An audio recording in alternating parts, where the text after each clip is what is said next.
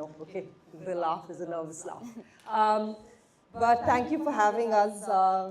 Lovely to be here, great opportunity. And we are sisters in sweat, so we do want to start with a little bit of movement. We promise it's not going to make you break a sweat, but what we're going to do is get you to switch on your central nervous system, right? So that you can be more present throughout today's sessions, and we'll end with a few desk stretches, which we welcome you to do through the day, as and when you start to feel like you're cramping up. I know a lot of you girls are in your heels. You can choose to take that off if you want. You can choose to keep them on. I would recommend you take them off and get on your feet. For me, up on your feet, ladies. This is going to be good. Okay. So it's just a central nervous system activation, so I promise you, you're not breaking a sweat. But if you feel like you want to break a sweat, that's totally on you, okay? So this is what we're going to do. We're going to do light taps on the floor, so just getting the feet back and forth, okay? And when I say right, you're just going to jab your right foot back, out, and back to the center, okay? So let's go.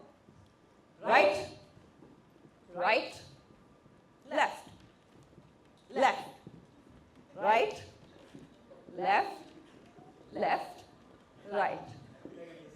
Yeah. A lot of confusion between the right and left this morning. We need to switch on, ladies. Okay. Let's try that again, okay? A little bit quicker. This one can actually be done, I mean, we usually call it foot fire, so you go really quick, but because of perhaps limitations with the footwear, we'll go slow. We'll go a little bit quicker on the right and left now, okay? Let's go. Right, right, left, left, right, left, and relax. Last one, and then we're going to get with the chatting. Now you're going to find somebody in the room, person next to you, face them.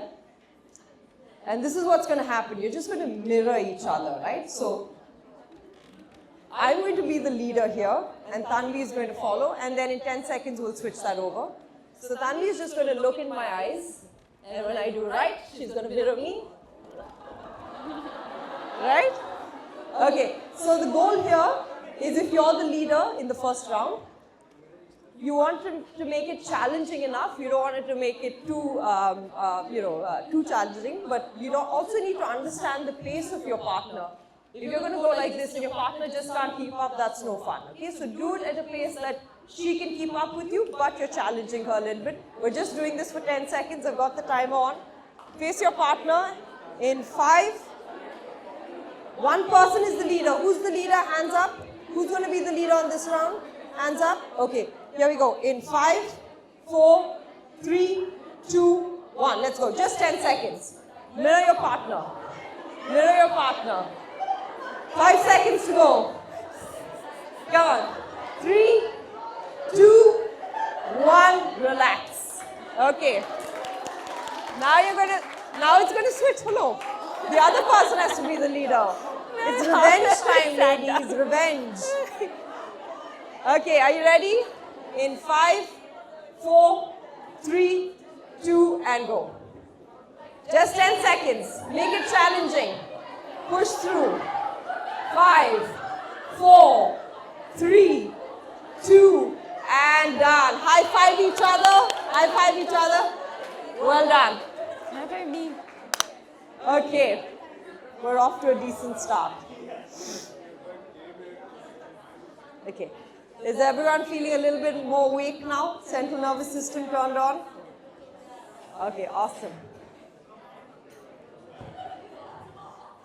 I'll let you settle down, put your footwear back on. Great. Okay, once again, thank you so much for having us. We're here to tell you about our little journey, which is honestly a dream come true for two girls who just wanted to kick a ball around, to be quite honest. So our journey starts in 2016, when Tanvie and I were both part of a campaign, an ad campaign with Nike called Dada Ding. I'm not sure how many of you all have watched it, but if you haven't, please go back and watch it. The campaign was to promote women in sport in India. We were two amongst 16 or 17 women featured in the campaign. I was, at the time, a fitness instructor in Bangalore. I had just gotten certified and become one of 4 Nike certified instructors Tanvie had just returned from her stint in the UK, where she played at the English Premier League. By the way, Tanvie is one of the first Indian origin female footballers to play in the English Premier League. So she had just come back to Delhi, which is where she's originally from, and we shot this ad campaign in 2016. And shortly after the campaign, Tanvie decided to relocate to Bangalore because she believed the football scene in Bangalore was a lot more robust and she would have more opportunities to play. Unfortunately, I was the only person that she knew, so I was burdened with the responsibility of giving her a social life when she arrived in Bangalore. Once she moved there, I sort of took it upon myself to introduce her to my friends and sort of get her oriented with the city. So I think one night I dragged her out. She's a big introvert, which is why she's not talking. She would not be talking for the rest of the day, Joe. But I dragged her out to a friend's birthday party, and I introduced her to my friend Shonali, who was in her mid-30s at the time. Shonali had been pestering me to teach her hockey. I played hockey, by the way, for the state of Karnataka back in school. But if you know Shonali at all, the proposition of giving Shonali a hockey stick is a bad one, so I just kept avoiding her. I said, yeah, I'll get to it. But then I introduced her to Tanvie at the party, and I guess you can take it from here and talk about your experience with Shonali. Yeah. So this is November of 2017. Like Swetha said, I'm not big on parties and things like that. Somehow Swetha convinced me that one particular evening to go out and meet her friends. There was a party happening near my home, and she introduced me to Shonali as a footballer. And Shonali, just a sober Shonali, is extremely extroverted, extremely excitable, and always wants to make plans. And the version of Shonali that I met was already slightly inebriated, so that was times 10. And when I got introduced as a footballer to her, she got extremely excited, and she said that, you know, why don't you and Swetha organize a little football session for me and a few of my girlfriends. Obviously, Swetha and I kind of looked at each other. We were like, do we take her seriously? I said, don't, she's drunk, she'll forget about it tomorrow. Yeah, so anyhow, we did book a small football ground that weekend, and we designed it very mindfully, keeping in mind, you know, that these women were in their mid-30s, most of them would have left sport or never played football, and so it should be designed keeping in mind all those things. And we expected maybe 3-4 women to turn up. 17 women turned up for that very first session. And we had organized a 90-minute session where for the first half hour or so, Swetha, being the fitness instructor, she designed the warm-up, keeping in mind that these women either haven't played the sport and so they need to prime their bodies in order to play the sport. So the first half hour, she handled the warm-up. Then I took over and we did a few football-related drills, and then we finished with a little bit of game time. And we had music playing in the background, and yeah, I think it was designed with the intention that we just wanted these women to have a nice Sunday morning, enjoy themselves, and if they got to play a sport and learn a little bit, you know, nothing like it. And then we all went out for breakfast afterwards.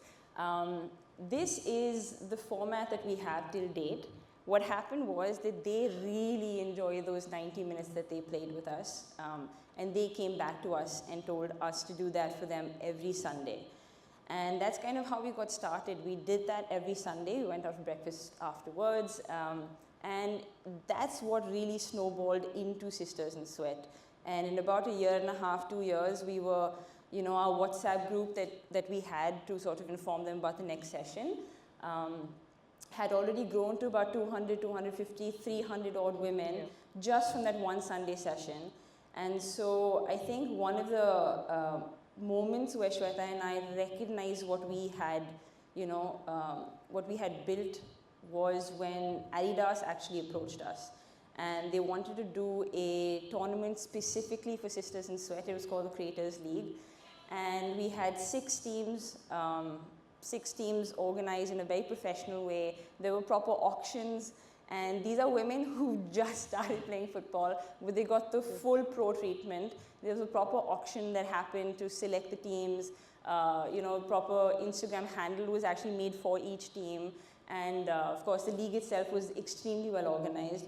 And I think that was the moment when we realized what we had built and what we were building. And it was after this point that we decided to actually go beyond what we've, just beyond football, beyond one city, and yeah, go into multiple sports. And I think we recognized that we were catering to a market that hasn't been catered to. I think most of the women in the room here would agree with the fact that after school and college, I think we tend to drop out of sport, right? Women tend to drop out of sport because it's just not organized. Whereas I think men, after their working hours, they'll still go out and play with their guy friends. They'll play frisbee, they'll play cricket, they'll play football. They still have those social groups that play sport. Women just don't, for whatever reason. And I think we recognize that that's who we were catering to, and so we decided to take it and expand the model further. Yeah, absolutely. I think there were two sort of light bulb moments or like wow moments for me in this process. One was when we had started the WhatsApp group, and I'm from Bangalore. I've lived in Bangalore all my life, so amongst the social group, everybody, right? Bangalore's fairly small in that sense. But a few months into doing the Sisters in Sweat sessions, initially it was my group of friends, everybody I knew, and they would bring their friends, but I would know them, they were once removed.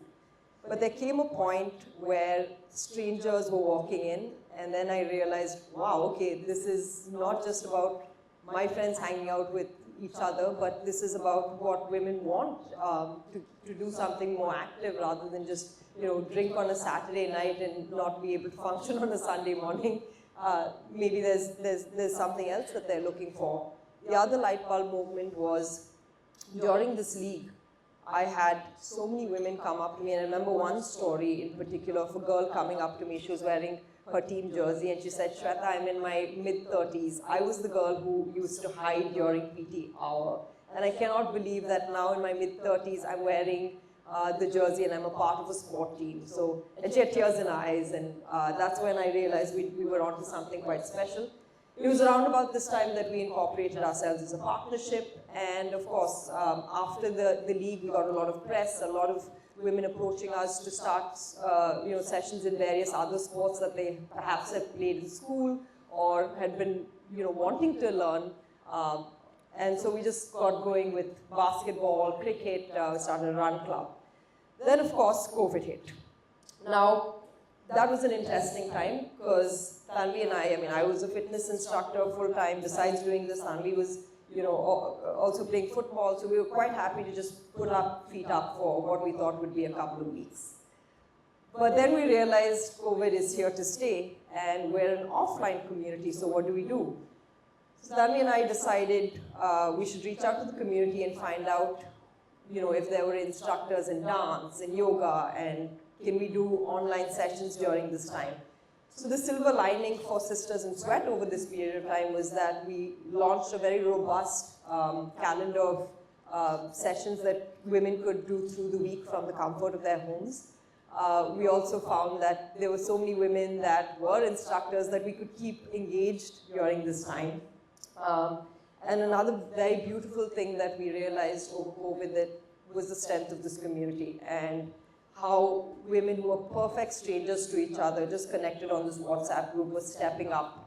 I remember this one time somebody asked for an oxygen cylinder because her mother needed it quite desperately, and an absolute stranger in that context reached out and made that happen. Like, we were facilitating something much beyond sport, and that was really special for us. So anyways, cut to COVID. We got past COVID, and it was good for us also because women outside of Bangalore could now be part of the Sisters in Sweat community. When we got back, I think we did multiple cities. We did an off-site trip. We did our first off-site dive trip to the Andamans, which was lovely.